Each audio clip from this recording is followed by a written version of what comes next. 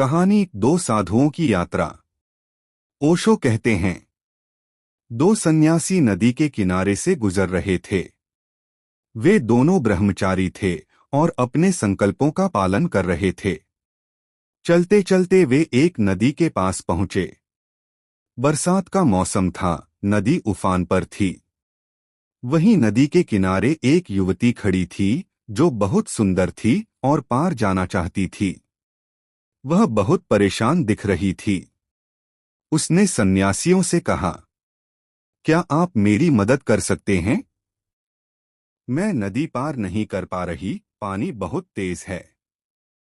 पहला सन्यासी चुप रहा। उसके मन में विचार आया, मैं एक ब्रह्मचारी हूं।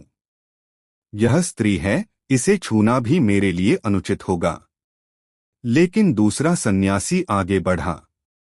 उसने बिना कोई बात किए उस स्त्री को अपनी पीठ पर बैठाया, नदी पार कराई और दूसरी ओर सुरक्षित उतार दिया। फिर दोनों साधु आगे चल पड़े। कई मील चलने के बाद पहले साधु ने खुद को रोक नहीं पाया और बोला, तुमने ब्रह्मचर्य का नियम तोड़ दिया। तुमने एक स्त्री को उठाया, उसे छुआ, यह गलत था।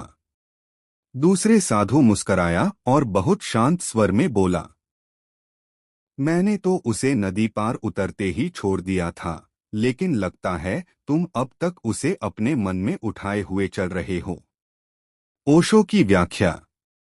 ओशो कहते हैं, सत्य का नियम बाहरी नहीं, भीतरी होता है।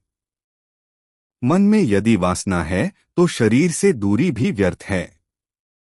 और अगर मन में शुद्धता है तो कार्य भी करुणा का हो सकता है। यह कहानी हमें सिखाती है कि सच्चा त्याग, सच्ची ब्रह्मचर्य या ध्यान सिर्फ शरीर से नहीं, मन से होता है।